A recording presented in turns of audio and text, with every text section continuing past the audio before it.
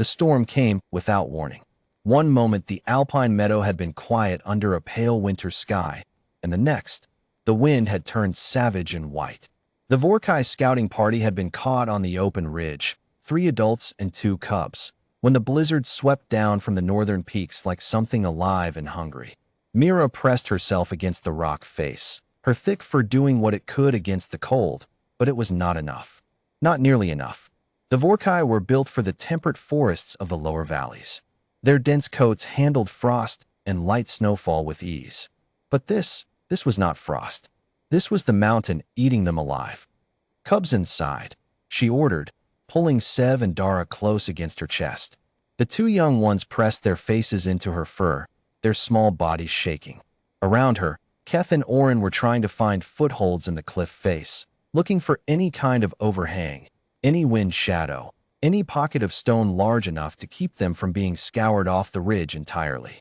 There was nothing, just rock and white and cold. Mira heard Keth say something, but the wind took the words before they reached her. She caught only the gesture, one arm pointing down the slope, back toward the tree line. It was too far. The cubs would not make it. She could feel Dara's trembling, already moving past shivering and into something slower. Something worse. Then Keth grabbed her arm and pointed again, but not at the tree line, at a shape moving through the blizzard toward them. Mira had seen humans only twice in her life. Once at the trading post in Varek, where a pair of them had been buying maps and provisions with careful, polite gestures and an embarrassing number of translation attempts. Once on a river trail, a solitary one moving fast with a heavy pack, who had stepped off the path without being asked to let her family group pass, and then nodded at her cubs in what seemed like genuine appreciation. She had been told humans were fragile, soft-skinned, no fur, no claws worth mentioning. She had been told they compensated with tools and cleverness and a strange, stubborn willingness to simply not die when dying would be the easier choice. She had not been told they walked into blizzards like they were irritated at them. The human was moving against the wind at a pace that made no sense. He was wearing many layers. She could see that much, but his face was exposed except for a pair of thick-lensed goggles and something pulled tight across his lower face. He was carrying an enormous pack, and in one hand he had a pole that he planted into the snow with each step like he was staking a claim. He saw them almost immediately. She did not know what he made of a Vorkai family pressed against a cliff face in a blizzard, but whatever he thought seemed to translate very quickly into something he recognized as a problem he intended to solve. He came directly to them. No hesitation. She did not understand most of what he said. The wind was too loud and his sounds were rounded in the wrong places. But he crouched down to look at the cubs, not looming, not reaching, just crouching at eye level with a directness that Sev, at least, did not run from. And then he stood and pointed at a spot, maybe 20 body lengths down and to the left, at an angle into the cliff where the rock jutted and folded in a way that Mira had dismissed as worthless. He pointed at it again, then at her, then moved. She followed because there was nothing else to do. What the human did in the next 40 minutes, Mira spent a long time afterward trying to describe to others, and she never quite got it right. He dug. Not with his hands. He pulled something from his pack that unfolded into a short, broad blade, and he cut into the snow beside the rock shelf with a speed and economy that suggested he had done this before, in the exact same way, in other storms on other mountains. He cut blocks of snow and stacked them in a curve, packing each one with practiced presses of his palm. He moved fast, and he moved deliberately, and he did not stop moving. The wind hit him the same as it hit everyone else. Mira could see his outer layer plastered against his body with each gust, but he treated it the way she might treat a buzzing insect. Annoying. Irrelevant. Not a reason to stop. Keth tried to help.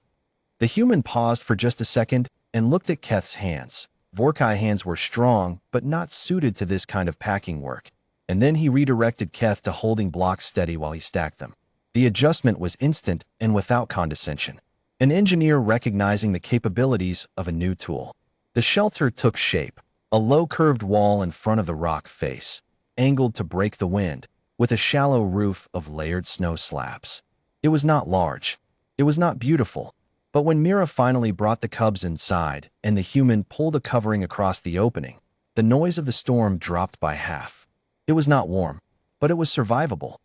The The human settled inside with them without being asked and without making it seem like a sacrifice. He pulled things from his pack in a steady, purposeful sequence. A small device that produced heat from a fuel cylinder, which he positioned toward the cubs without being told they were the priority. Sealed packets of food that he opened and held out with a questioning tilt of his head and no assumption they would accept. Something flat and reflective that he laid between the cubs and the snow floor, which caught the heat from the device and stopped it bleeding downward. Dara, who had been shaking hardest, stopped shaking within 20 minutes. Sev reached out one small paw and touched the human's gloved hand. The human went very still, in the careful way a creature goes still when it has been trusted with something that matters. And then he turned his hand over very slowly, so the palm faced up. An offering. Sev pressed both paws against it and made the low sound that cubs make when they are not afraid anymore. The human made a sound back. Mira did not know what it meant. It sounded gentle. They sheltered through the worst of it. The human did not sleep. Or if he did so in short, careful intervals, always waking to check the fuel cylinder and the cubs and the integrity of the snow wall. He had a way of moving in small spaces without crowding anyone that suggested he had spent time among species larger than himself and had learned to make himself small and predictable. Oren asked him something in basic trade tongue, stumbling on the grammar. The human tilted his head and then responded in the same trade tongue, slower, correcting the grammar without commentary by simply using the correct form. Oren's ears went up. He tried again. The human answered again, and this time Mira caught enough of it to understand that he had been on the mountain doing survey work. Alone. In winter.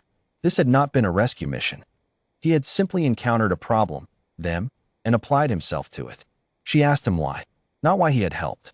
That she thought she understood. She asked why he was alone on a mountain in winter. He took a moment to find the words. Then he said something about the way the ice moved on the high ridges and how nobody else wanted to be out in it when you could actually see what it did. Mira looked at him for a moment. Then she looked at the snow wall he had built in a blizzard without being asked, in 40 minutes, to keep someone else's cubs alive. She thought she understood him a little better. The storm broke in the early morning. The human helped them rebuild their packs and checked each of the cubs once more, looking at eyes and paws and the color of the skin under the fur near the ears, which meant he had some knowledge of their physiology or had looked for the same signs he might look for in any cold-stressed creature and found the right ones by intuition. When they were ready to move, he pointed them toward the eastern descent, where the slope was gentler. Then he pointed himself toward the high ridge again, toward the ice survey he still had to finish. Mira stopped him. She reached into her pack and found the token she had been carrying since her cubs were born, a carved piece of heartwood from the first tree they had sheltered under as a family, polished smooth. A Vorkai thing, not trade goods, not payment, something else. She put it in his gloved hand. He looked at it for a long moment. Then he closed his fingers around it with the careful deliberateness of someone who understood that what they were holding was not a gift, but a statement. He nodded. She nodded. The human walked back up into the mountain. Dara asked her, on the way down, if all humans were like that. Mira thought about the question seriously, the way the question deserved. I don't think so, she said finally. I think some of them are. And I think the ones who are, they don't think much of it. That might be the strangest part. Dara considered this. Then, I want to be like that. Mira pulled her close and kept walking. So do I, she said.